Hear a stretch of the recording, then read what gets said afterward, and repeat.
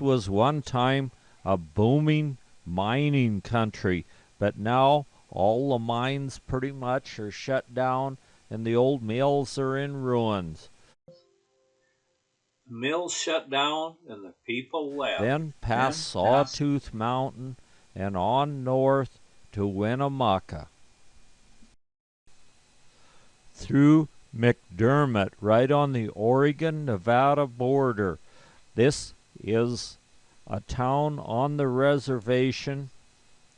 It was one time called Fort Mcdermott, and it's quite an interesting old town. We walk around and look around this very small town. The jail is still standing, and it probably was only for a few old drunks. It probably couldn't handle a rough criminal. It was built in 1870. There's very little happening in this town now. The old jail stands idle. And then there's the White Horse.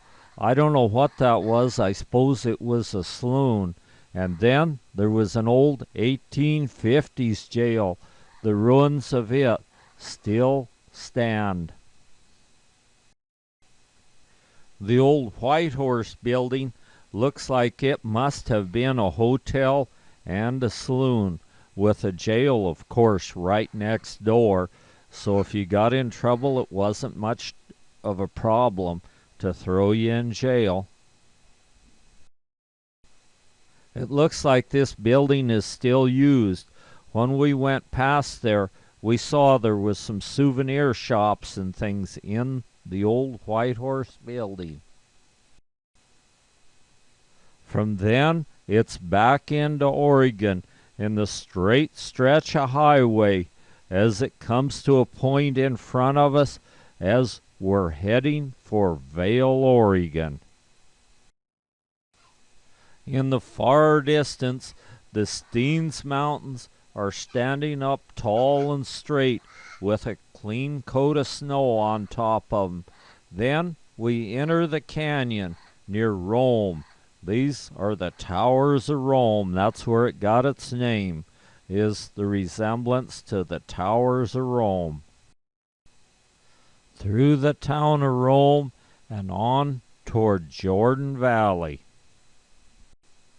About all there is at Rome is a gas station and a little place where you can get a little something to eat. Then on across the Owyhee River and out of the Owyhee Breaks on to Jordan Valley. We watch our speed very carefully going through Jordan Valley. At one time they had a policeman there. When he'd pull you over, he would give you a speeding ticket, and then you would just pay him the price of the ticket, and he pocketed. That was his wages. But I think they've discontinued that. But just in the event they haven't, we're going to take it real easy. Into Idaho and across a little corner of Idaho and back into Oregon as we're heading for Vail. Along the Snake River and the fertile farmlands, we'll be in Vail in a little bit. I had to check on the property that Annette's bought at the courthouse. I didn't learn a whole lot, and then we looked Vail over. I wanted to find my uncle's grave, who was buried in the Vail Cemetery, I think.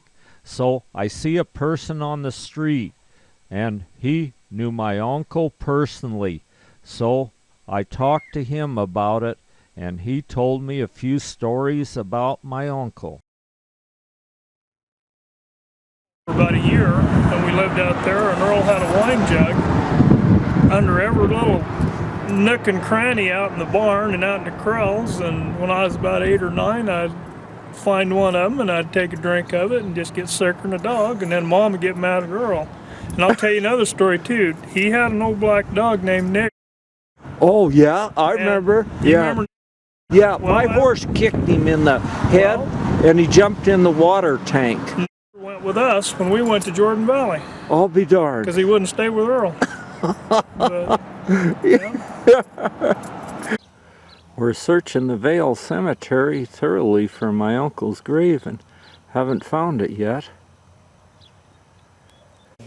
We looked at every single gravestone in this cemetery and never found my uncle's grave. Then I remembered Earl and his wife weren't buried in the Vale Cemetery. They were buried in the one at Ontario, which isn't a terrible long ways from there. So we went to the entire wrong cemetery. My Uncle Earl with his pistol in 1940 something. Earl, Molly, and I don't know who else. Their house at Vale from the front. Their pump house from behind where Earl kept his wine. And the porch in the back where Earl slept on a cot. Another one of the back of the porch. We leave Vale and we're out in cattle country. Earl used to run We're going cattle down out. Sucker Creek Road, and then we're going to head for Leslie Gulch. That's some really pretty scenery in there. We leave Vale, and I can't help but chuckle all the way to Leslie Gulch about some of the things my uncle used to come up with. He was quite a character. We enter Leslie Gulch under cloudy skies at the last light of day, but it's still spectacular. All the rock formations.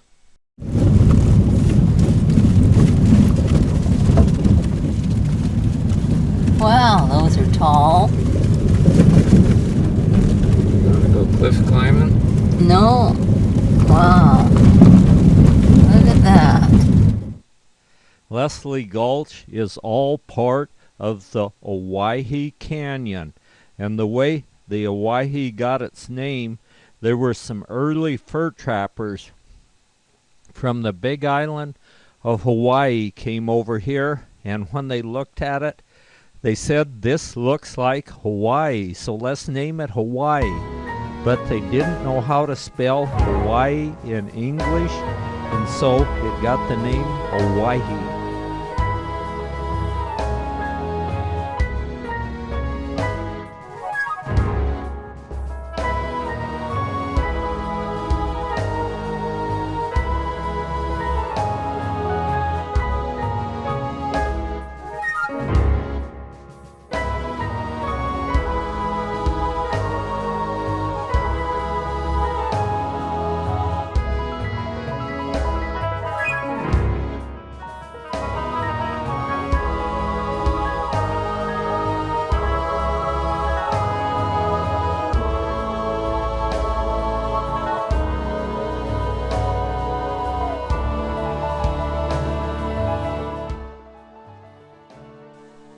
We watch for the bighorn sheep.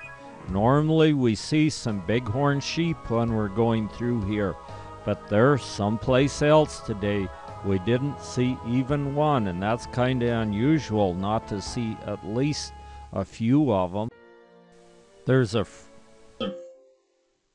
Massive stone pillars seem to reach up and touch the sky as we steer down this narrow little scenic road with a little creek alongside. We'll end up clear at the bottom, which will be the Owyhee Reservoir. Normally we see a lot of game birds, chukars and stuff. When we reach the Owyhee Reservoir, we find a good place to set our tent up. There's a free campground there with even a sun shelter or a rain shelter over it. So we'll camp right next to that, and the next morning we wake to an awesome sight of pillars standing all around us, and the sun is peeking over the Owyhee Canyon as we roll out of bed and head on. There are all sorts of dikes and pillars in this basalt canyon, and then we're heading out. We stop only a moment to see the Owyhee Reservoir right in front of us before we go on out of Leslie Gulch. The sun is trying to peek through the cloud cover above as we see the Owyhee Reservoir and then chart a course out of the canyon, up through the junipers and all the pillars, and then we come to where there are all these pitted rocks with little miniature caves in them. Some of these are big enough you can even crawl in them, and these were gas bubbles as the basalt cooled.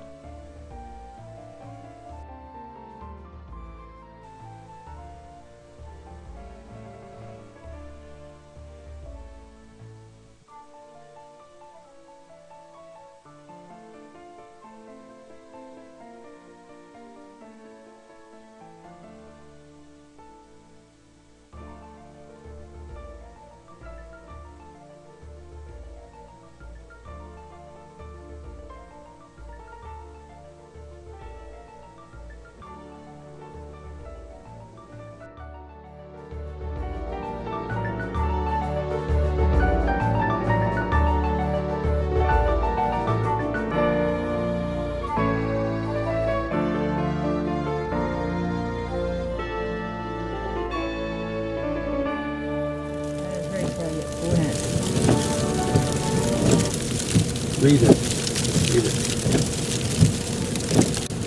Okay. Leslie Gulch, named for Silver City pioneer Hiram Leslie, who was killed by lightning here in 1882. These colorful formations of volcanic ash have been spectacularly carved by erosion. Lake Owyhee, 8 miles. Next, past Jesse Anderson's old store, which is no longer used, and then to the old safe house.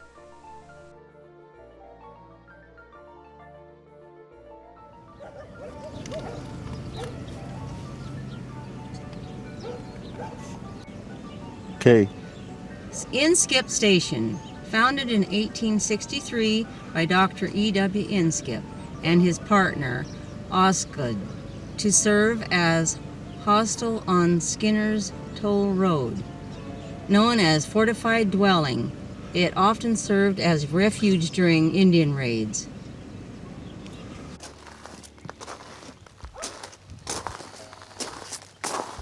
Jean-Baptiste Charbonneau, 1805 to 1866. This site marks the final resting place of the youngest member of the Lewis and Clark expedition, born to Sacagawea and Toussaint Charbonneau at Fort Mandan, North Dakota on February 11, 1805. Baptiste and his mother symbolized the peaceful nature of the Corps of Discovery. Educated by Captain William Clark at St. Louis, Baptiste at age 18 traveled to Europe, where he spent 6 years becoming fluent in English, German, French, and Spanish. Returning to America in 1829, he ranged the far west for nearly 4 decades as mountain man, guide, interpreter, magistrate, and 49er in 1866. He left the California gold fields for a new strike in Montana. Contracted pneumonia en route, reached Inskip Ranch here, and died on May 16, 1866. It looks like a basic typical Indian grave except for the stone monument, and people have put all sorts of beads, Indian beads, on the grave out of respect, and no one seems to even be taking these beads and coins, and even tennis shoes and caps seem to be one of the things they put around the grave. The grave is covered with grass and is just a typical Indian style grave. a member of the Lewis and Clark expedition, as a man with a pioneer of the West of pleasant manner and esteem in the community, placed by Chapter Malheur Chapter, August 6, 1971. Okay, do this one too.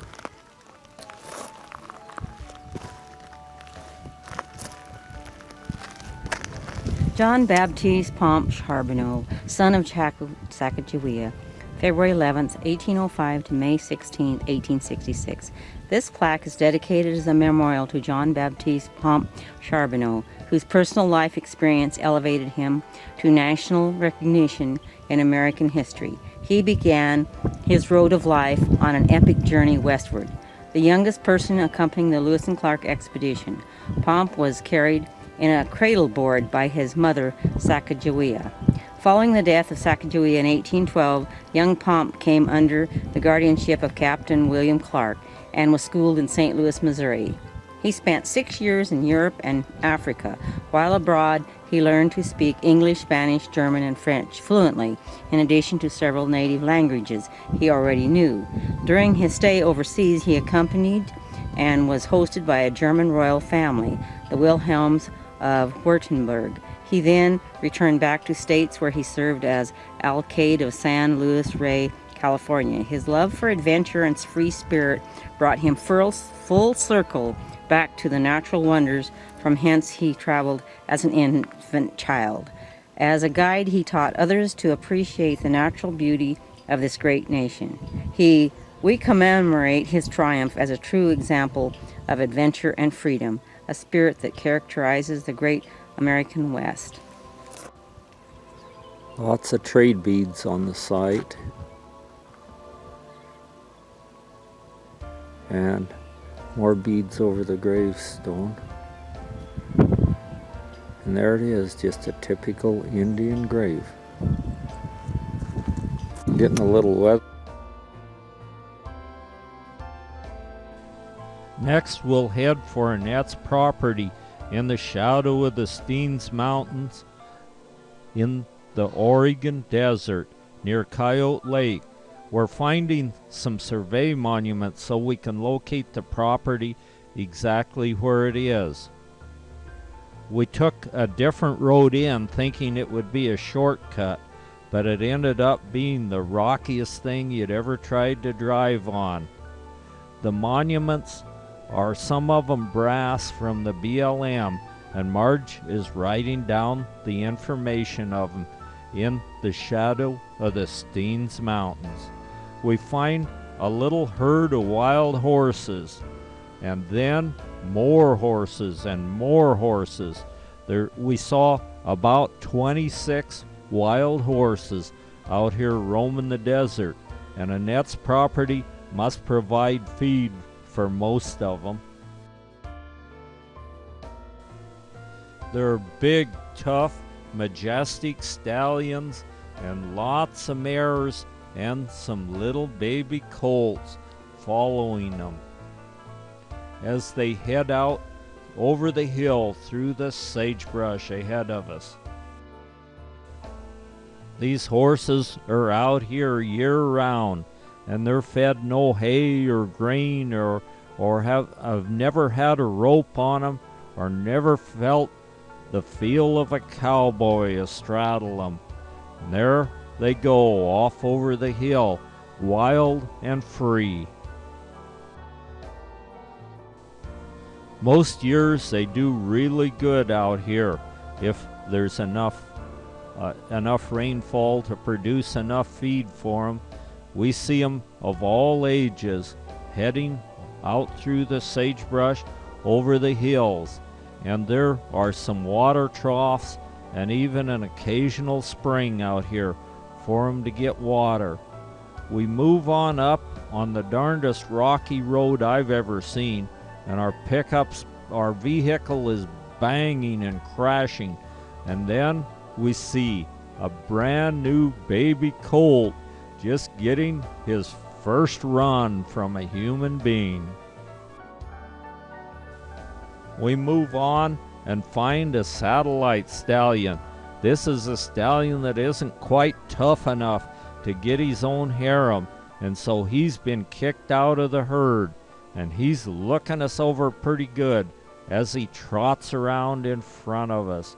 Stallion piles on the road. These stallions go to the same spot on the road anytime they're in the area, and that way they mark their territory, and another stallion comes along and knows all the information he needs from that.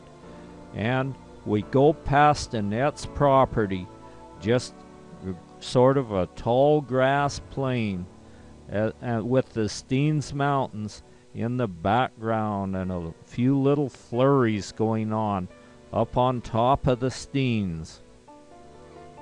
This property seems to be really nice for grass. It's sort of a sandy loam. And then we'll go on past her property on over to Coyote Lake. Last year was a very good year for grass out here, so the grass has grown tall, and this is last year's grass. This year's hasn't started coming on, but it cures right on the stem, so even the ranchers don't have to feed hay to their cattle unless they have them in for branding or something. And we're right on the edge of White Horse Ranch, and that's a huge ranch. It's so large that it's even mentioned on the Oregon highway maps. Annette's 160 acres have a view second to none of the Steens Mountains as we move down a pretty good dirt road, and our next stop will be Coyote Lake. This property's right on the edge of Coyote Lake, and Coyote Lake isn't a lake at all. It's been a lake at one time, and now it's filled up with clays and alkalis and boraxes, and so it's what you'd call a playa. It has no drain, so all the minerals that are running in from the hills around all settled in the bottom of it, filling it up, making it a playa.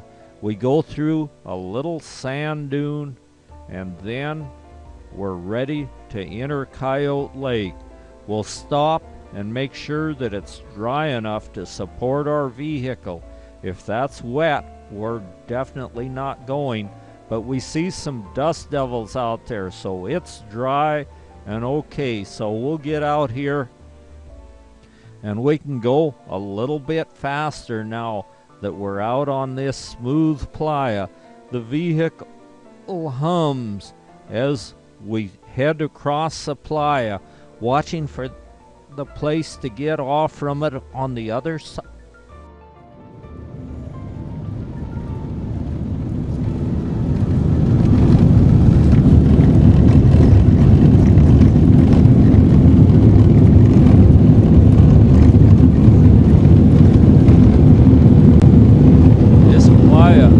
Like it would be a good place to run our land sailors across it, where you just need a little bit of wind and a sail and you can go buzzing across a playa. And this looks like a real good place. Since they're paving the road at the Alvert Desert, we don't know what's going to happen there. After bouncing over some nasty rock road, it seems pretty pleasant to be out on the playa where we can buzz along without worrying about running over some big rocks. We found the place real easy this time to exit from Coyote Lake, so we'll go out and go through the gate and on over past Mickey Hot Springs and then on home. As we're heading home, Marge looked out and saw a couple horns sticking up above the tall grass. We looked, and sure enough, they're attached to a little buck antelope. He snorts and carries on a little bit and then heads on. We come to the first BLM well with a solar generator to generate electricity to run the pump, and then we find it, another surveyor's monument with a brass cap. So Marge will write down the information off it, and then we'll be underway again. We find another surveyor's monument, and that's really good, and they're all BLM monuments, and so that's good too. So at least we're putting piece after piece of the puzzle together, and we'll be able to go out there and find exactly where the boundary corners are on Annette's 160 acres. From here, we'll head on directly home, past the line station for the Albert Ranch, and then on home.